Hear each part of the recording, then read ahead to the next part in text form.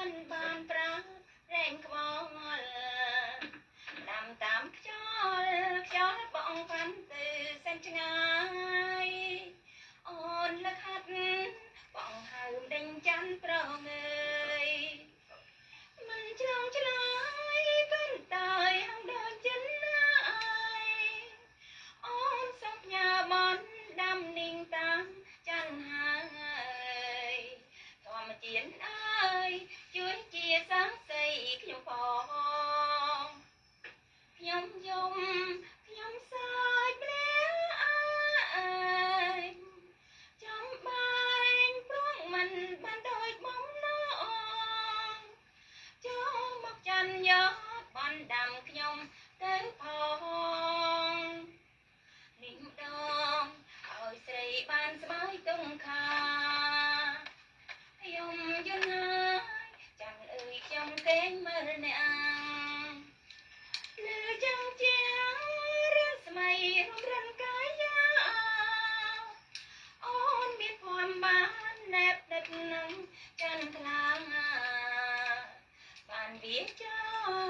នឹងរាំងស្មេនៃដួងច័ន្ទ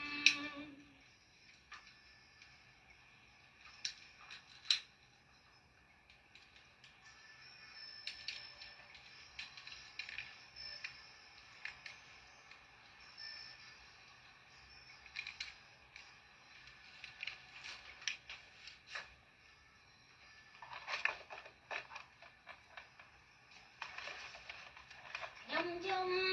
ខ្ញុំសើចម្លេះអើយចំបែងព្រោះមិនបានដូចបំណងចូលមកចាន់យកបានដាំខ្ញុំទៅផងនេះម្ដងឲ្យស្រីបានស្បើយទុំខាខ្ញុំយន់ហើយចាន់អើយខ្ញុំកេងមើលអ្នកលើចាំជារាស្មីរំរិនកាយាអូនមានភ័ព្វបានណែបដិតនឹងចន្ទថ្លាបានវាចានឹងរាំងស្មីនៃដួងច័ន្ទបានវាចានឹងរាំងស្មីនៃដួងច័ន្ទអូព្រោះណាអ្នករំព្រោះដូចអ្នកជាងដែរមើលមានអារម្មណ៍ដូចដែររំព្រោះជាងអ្នកសบายជាមួយបងបាទរំភើបចិត្តណាស់អូយរំភើបមែនទេតារាភាពយន្តសម័យបាទទសវត្សរ៍90ចាហើយអ្វីដែលព្រោះមែនតើណាភ្លេចទេណាលោកគ្រូណោអ្នកលេងអอกនៅក្រោយណោបាទសំលេងដែរ